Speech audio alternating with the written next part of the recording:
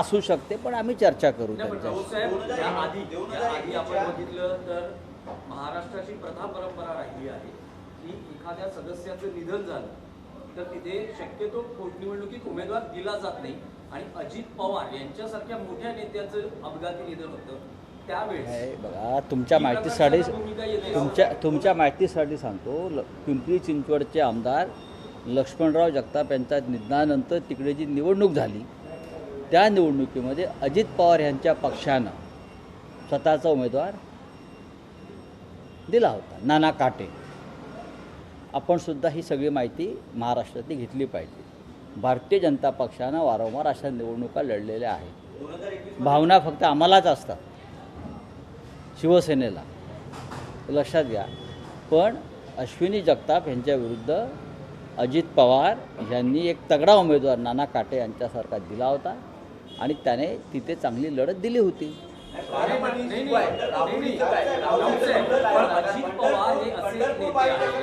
अजित पवार हे असे नेते आहेत ज्यांनी काँग्रेसमध्ये असतानाही काँग्रेस बरोबर काम केलेलं आहे, ज्यांनी महाविकास आघाडीमध्ये असतानाही 3 पक्षांबरोबर काम केलेलं आहे आणि साधारण एक त्यांचं जे नेतृत्व होतं त्यांच्याबद्दल काही वाद म्हणजे पक्षांमध्ये असा नव्हता, सगळ्यांशी सर्व बरोबर आहे तुमचं म्हणणं. पण शेवटी असं आहे की ही निवडणूक महायुती विरुद्ध महाविकास आघाडी अशीच होणार ना.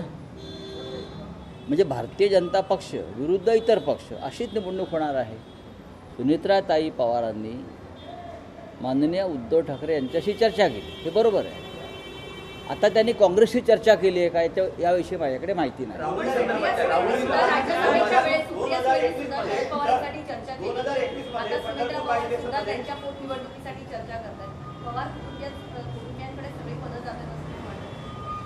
आता पवार कुटुंबियांकडे बारामतीचं पद आम्ही तर देत नाही आहोत ना. हा अजित पवारांचाच निर्णय होता भाजपबरोबर जाण्याचा आणि आताही सुनेत्राताई पवारांचाच निर्णय आहे भाजपबरोबर राहून निवडणूक लढण्याचा. बारामतीमध्ये पवार कुटुंबाला बरोबर भारतीय जनता पक्ष आहे का किंवा अन्य कोणी आहे याची गरज पडत नाही. यावेळेला तर पडणारच नाही सुनेत्राताईंना. चला, और खुश आहे.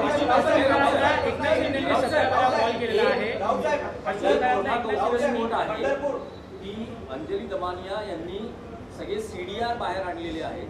कोणत्या नेत्यांचं, त्यात उपमुख्यमंत्री अंजली दमानिया या एक सामाजिक कार्यकर्त्या आहेत, पण त्या रॉच्या प्रमुख नाहीत. त्या रॉच्या प्रमुख आहेत का किंवा महाराष्ट्राचं जे काय इंटेलिजन्स डिपार्टमेंट आहे पोलीस खात्याचे त्याच्या प्रमुख आहेत का? नाही. म्हणजेच त्यांना ही सगळी माहिती मुख्यमंत्री कार्यालयातून दिल्याशिवाय त्यांच्यापर्यंत पोहोचणार नाही. इतकी गुप्त माहिती जी आहे, इतकी गुप्त माहिती कोणी व्यक्तिगत माणूस देऊ शकत नाही. बरोबर आहे. आता त्यांचे आणि मुख्यमंत्र्यांचे किंवा भाजपचे संबंध आहेतच ना, हे का तुम्ही अमान्य करू शकत नाही.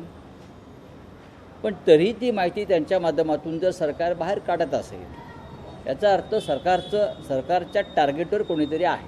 म्हणजे देवेंद्र फडणवीस यांच्या टार्गेटवर त्याने एक निशाणा धरलेला आहे. तो निशाणा धरला का वगैरे धरला तो आता तुम्हाला कळेल हा निशाणा काय आहे तो.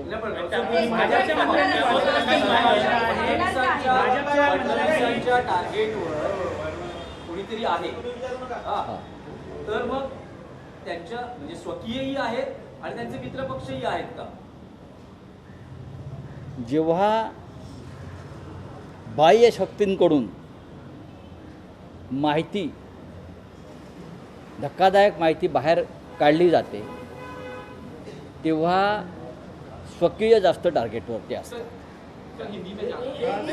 जेव्हा बाह्य शक्ती, सरकार पोलिसांकडून आहे, बाह्य शक्तींकडून शासकीय माहिती, गोपनीय माहिती जेव्हा बाहेर दिली जाते जनतेपर्यंत, लोकांपर्यंत, प्रसिद्धी माध्यमांना, याचा अर्थ सरकारमधल्या लोकांच्या निशाण्यावरती स्वकीय आहेत. चला,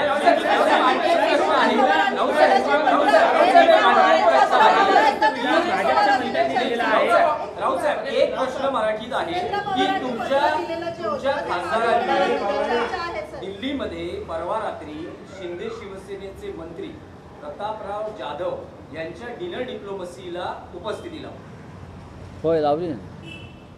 तर मग मतभेद मिटलेले आहेत, राजकीय शत्रुत्व संपलेलं प्रश्न आहे? अत्यंत चुकीचा आहे. त्याच्यामध्ये डिनर डिप्लोमसीचा प्रश्न दिल्लीमध्ये अशा प्रकारचे जेव्हा संसदेचं अधिवेशन असतं तेव्हा मंत्री, खासदार, पक्षाचे नेते अशा प्रकारचं भोजन ठेवत असतात आणि सगळ्यांना आमंत्रित करत असतात. आम्हीसुद्धा आमचं जाणं येणं असतं ना, असं नाही. आमचे 2 खासदार गेले आणि भेटून निघून आले. त्याच्यात डिनर डिप्लोमसीचा विषय काय आला? आबोली गेले, रावसाहेब, आबोली आबोली आबोली आबोली उद्धव ठाकरेंशी बोलणं झालं असेल. गेल्या रविवारी उद्धव ठाकरेंनी या खासदारांबरोबर बैठक घेतली. जेव्हा असं म्हटलं जात आहे की ऑपरेशन टायगरच्या चर्चा महाराष्ट्राच्या राजकारणात जोरात आहे, अशा वेळेस तुमच्या खासदारांनी डिनर डिप्लोमसीला उपस्थित राहणं हे उद्धव ठाकरेंना पटलेलं आहे का? आता ते जेव्हा तुमच्याशी बोलतील या विषयावर तेव्हा तुम्ही त्यांना हा प्रश्न विचारा.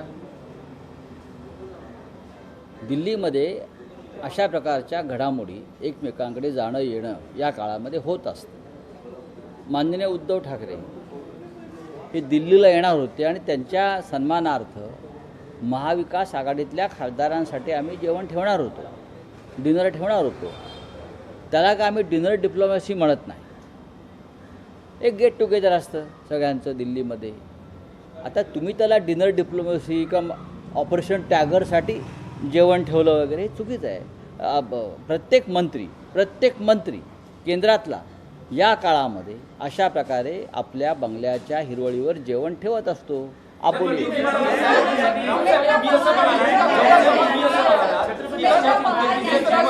हे शिवसेना युबीटी आयोजित करणार होती जेव्हा उद्धव ठाकरे दिल्लीत असतील तेव्हा.